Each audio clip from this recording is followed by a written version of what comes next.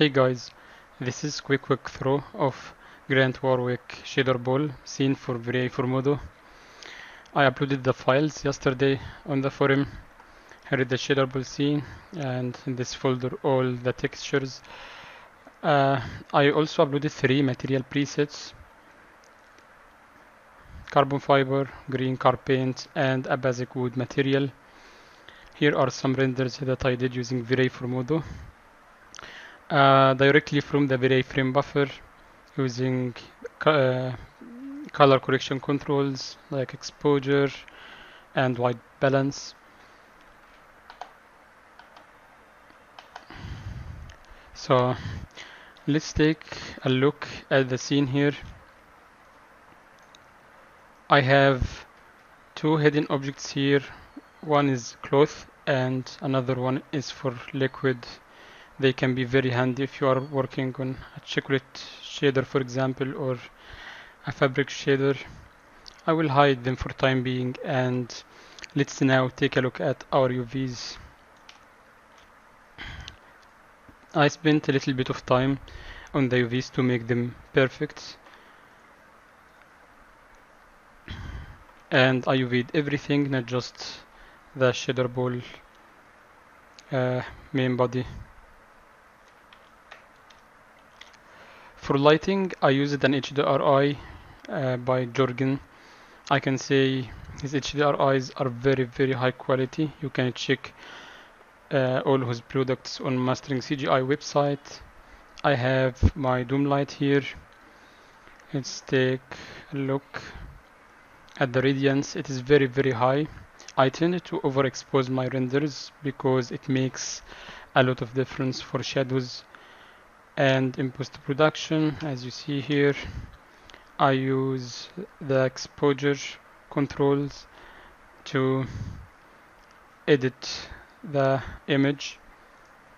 So it really does a good job with shadows, like I said, but the problem with overexposing your renders is render times. It will be very slow. You can go down a little bit on radiance and go down on the exposure also if you want. I have my physical camera here with a little bit of a vignette effect, and I have an f-stop of 12 for depth of field. Now let's take a quick look at schematic. I have 2 workspaces here, one for all the scene nodes and another one for the Shaderball material group here. So Shaderball material group here is for this object.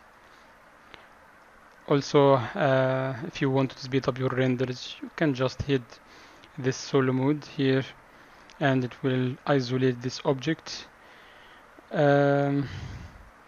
So this Shaderball workspace, you should create your materials here if you are planning on using schematic. It will be very easy for loading and saving your material presets. Don't work in this workspace here. Saving the material group will save everything in the workspace. So now let's take a quick look at the material that I have in this scene. It is an Iron Man suit with procedural dirt and exposed edges. Like you see here, Grant Warwick created a live webinar a few weeks ago about his workflows on those procedural effects. You can follow along in Modo. It's very easy.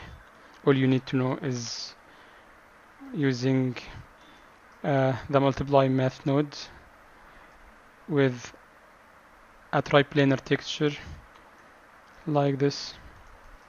Let me know if you need help with this workflow. Now let's take a look at saving your presets. I will go to my Shaderball workspace here. Let's select all those nodes and I will delete them. You can start creating your materials from scratch, or you can load your presets and have a starting point. For example, I have this carbon fiber preset here. You can whether click and drag to the material group in shader tree like that, and you can also click and drag to the objects directly in the viewport. It will work just fine.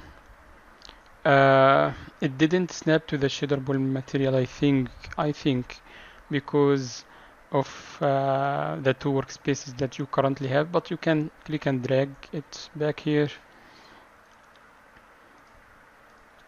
Let's drag those and delete this group. Make sure that the V-Ray blend is always on top if you are using schematic. So let's go here. You will see a new workspace for every material preset you load. If this material preset is created using schematic, and this is very helpful in managing your presets. Let's say you have a big scene and you loaded a bunch of material presets. You will have every preset in a separate workspace, which is very handy. Let's go to Shaderball 2. You will see the nodes for the carbon fiber material. I used a normal map for the carbon fiber, which does all the job. I created this normal map using Modo baking system from geometry. I have a basic base coat and a clear coat, and I think the clear coat should have a Birkin noise in the bump slot. It is never 100% smooth. So let's connect the V-Ray Birkin noise with the default values to the code. And let's see here. The bump amplitude 7 or 14 should be enough for the scale of the scene. And you can take a look at the render here. Very nice job that the normal map did for replicating the fibers, the separate fibers you can see here. So this is how you load your material presets, and saving them is very easy. You just right click on the material group. You can save preset or save preset with thumbnail, self-explanatory. You will need to choose a name and where you save your presets. I hope you find this video helpful, and I will see you guys in the next one.